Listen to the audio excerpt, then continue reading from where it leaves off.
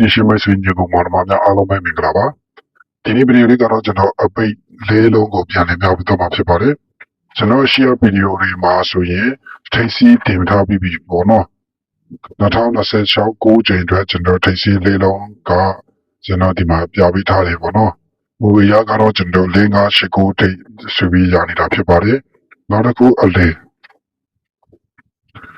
ကတော့ကျွန်တော်6လေးရှောက်ကနေစာပြီးပြပေးထားတယ်ပေါ့နော်9ခွန်8ရှောက်9ရှောက်8 9ရှာနေစာပြီးပြပေးထားတာဖြစ်ပါတယ်ခင်ဗျာဆိုတော့မူရက3 4ခွန်8အလေဆိုပြီးပြရလိုက်တယ်ပေါ့နော်ဆိုတော့နောက်ထပ်ကျွန်တော်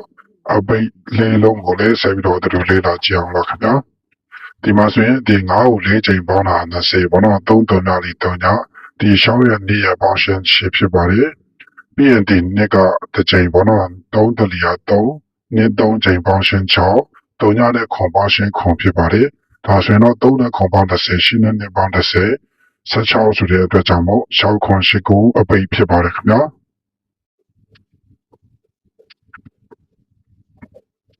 နောက်တစ်ချိန်မှာ6 4 6ဆိုပြီးဖြစ်ပါတယ်ဒါကြောင့်မို့အဲ့ဒီမှာတော့6အပိတ်ဖြစ်ပါတယ်ခင်ဗျာနောက်တစ်ချိန်မှာဆိုရင်အဲ့ဒီမူတိုင်းမဲ့ဆက်ပေါင်းတာဆိုရင်ကျွန်တော်8 9 3ညတဲ့အပိတ်လေးလုံးရတာဖြစ်ပါတယ်ခင်ဗျာနောက်တစ်ချိန်မှာကျွန်တော်9ခွန်8ဖြစ်ပါတယ်9ခွန်8ဒါကြောင့်မို့8 9 3ညတဲ့ထက်က8အပိတ်ဖြစ်ပါတယ်ခင်ဗျာနောက်တစ်ချိန်မှာဒီ9ခွန်8ကနေဆက်ပေါင်းတာဆိုရင်ကျွန်တော်6ခွန်8 9အပိတ်လေးလုံးရတယ်ပေါ့နော်6 9 6ဆိုပြီးဖြစ်ပါတယ်ဒါကြောင့်မို့အဲ့ဒီမှာလည်း6အပိတ်ဖြစ်ပါတယ်ခင်ဗျာဒီ6 9 6နေဆက်ပေါင်းတာဆိုရင်ကျွန်တော်9 6ခွန်8အပိတ်လေးလုံးရတာဖြစ်ပါတယ်8 9 8ဖြစ်ပါတယ်ခင်ဗျာဒါကြောင့်မို့9 6ခွန်8တဲ့က8အပိတ်8 9 8ဖြစ်ပါတယ်ဒါပေမဲ့8 9 8နေဆက်ပေါင်းတာဆိုရင်နေ3 4 5အပိတ်လေးလုံးရတယ်ပေါ့နော်1 4 5ဖြစ်ပါတယ်ခင်ဗျာဒါကြောင့်မို့နေ3 4 5တဲ့က9အပိတ်ဖြစ်ပါတယ်ဒါပေမဲ့ကျွန်တော်1 4 5နေဆက်ပေါင်းတာဆိုရင်နေ3 4 5ပဲထည့်ရနေတယ်ပေါ့နော်နေ9နေဆိုပြီးဖြစ်ပါတယ်ခင်ဗျာဒါကြောင့်မို့ဒီမှာဆိုရင်နေအပိတ်ဖြစ်ပါတယ်ဒါပေမဲ့ကျွန်တော်ဒီနေ9နေရာနေဆက်ပေါင်းတာဆိုရင်နေ3 4 5အပိတ်ပဲထည့်ရနေတယ်ပေါ့နော်နောက်တစ်ချိန်မှာ8 9 5ဆိုပြီးဖြစ်ပါတယ်ခင်ဗျာဒါကြောင့်မို့နေ3 4 5ထဲက9အပိတ်ဖြစ်ပါတယ်ဒီတစ်ချိန်မှာတော့3 4 5 6အပိတ်ရတယ်ခွန်3ည6ဖြစ်ပါတယ်ခင်ဗျာဒါကြောင့်မို့3 4 5 6ထဲက6အပိတ်ဖြစ်ပါတယ်နောက်တစ်ချိန်ဒီခွန်3ည6အနေဆက်ပေါင်းတာဆိုရင်9 3ညတင်းနဲ့အပိတ်ရတယ်ပေါ့နော်9ခွန်နေဆိုပြီးဖြစ်ပါတယ်ခင်ဗျာဒါကြောင့်မို့ဒီမှာဆိုရင်နေအပိတ်ဖြစ်ပါတယ်ဒီ9ခွန်နေဆက်ပေါင်းတော့9 3ညတင်းနဲ့အပိတ်လေးလုံးထည့်ရနေတယ်ပေါ့နော်နောက်တစ်ချိန်မှာကျွန်တော်6နှစ်9ဆိုပြီးဖြစ်ပါတယ်ခင်ဗျာဒါကြောင့်မို့9ပိတ်6နှစ်9ဖြစ်ပါတယ်ဒီ3 4 5 6အပိတ်လေးလုံးမှာဆိုရင်9 6 3ဆိုပြီးဖြစ်ပါတယ်ခင်ဗျာဒါကြောင့်မို့အဲ့မှာဆိုရင်3အပိတ်ဖြစ်ပါတယ်တပန်းတီးကနေဆက်ပြီးတော့သူပေါင်းကြည့်မှာဖြစ်ပါတယ်ခင်ဗျာဒါဆိုရင်တော့ဒီ3 4လီယာ7နှစ်ဖြစ်ပါတယ်4 3လီယာလည်း7နှစ်3နဲ့ဒီ4နဲ့ပေါင်းရှင်းဒီခွန်ဖြစ်ပါတယ်ခွန်နဲ့ကျ14နေနဲ့ပေါင်းရှင်းဒီ6 4 3လီဒီ7နှစ်ဖြစ်ပါတယ်ခွန်3ချိန်ပေါင်းရှင်း21 6နဲ့ခွန်ပေါင်းရှင်းဒီ73ဒါဆိုတော့ဒီခွန်နဲ့3ပေါင်းရှင်း30နေနဲ့ပေါင်း4 6နဲ့ပေါင်း30နေနဲ့1ပေါင်းတာ3ဆိုတော့ကျွန်တော်ဒီတစ်ချိန်မှာလေ3 4 5 6အပိတ်3 4 5 6အပိတ်လေးလုံးရနေတာဖြစ်ပါတယ်နောက်တစ်ချိန်မှာဆိုရင်ရှေ့6 6ဆိုပြီးဖြစ်တဲ့အတွက်ကြောင့်မို့6အပိတ်ဖြစ်ပါတယ်ခင်ဗျာ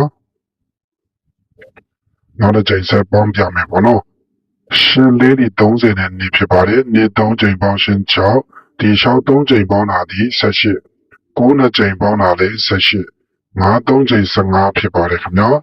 နောက်ထပ်6 3ချိန်ဟာ18 3ရ9ရပေါင်းရှင်း30ဖြစ်ပါတယ်ဒါဆိုရင်တော့နေနဲ့8ပေါင်းရှင်း30ဖြစ်ပါတယ်ခင်ဗျာ6နဲ့8ပေါင်း14 5နဲ့ပေါင်းတာ9 9နဲ့8ပေါင်းတာ19ဆိုတဲ့အတွက်ကြောင့်မို့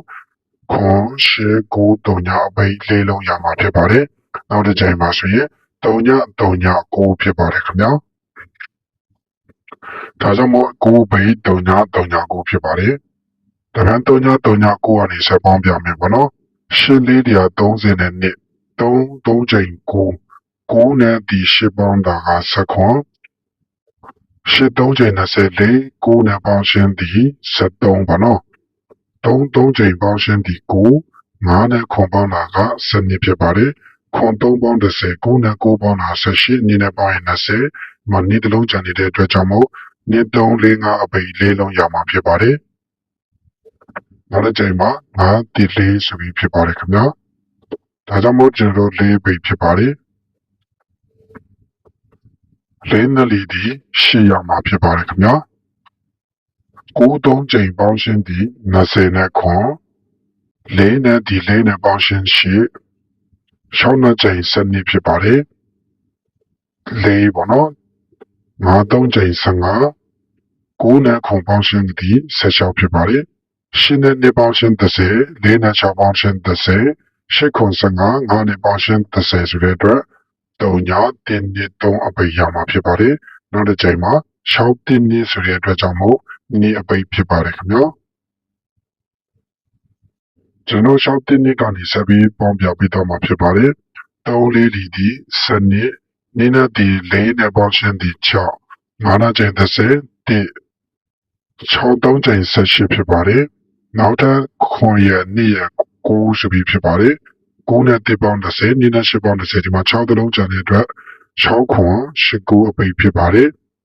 နောက်တစ်ချိန်မှာဆိုရင်3ညခွန်ဆိုတဲ့အတွက်ကြောင့်မို့6ခွန်19ထဲကကျွန်တော်9အပိတ်ဖြစ်ပါတယ်ခင်ဗျာဝေသာဆိုရင်တော့ကျွန်တော်ဒီ9ချိန်အတွက်ဆက်ကြည့်အောင်9လေးလီဒီ20ဖြစ်ပါတယ်3ချိန်9ခွန်နဲ့ဒီ3ပေါင်း30 73ခွန်နဲ့ချိန်14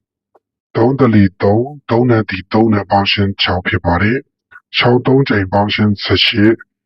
9နဲ့ခွန်ပေါင်းရှင်းဒီ12ဖြစ်ပါတယ်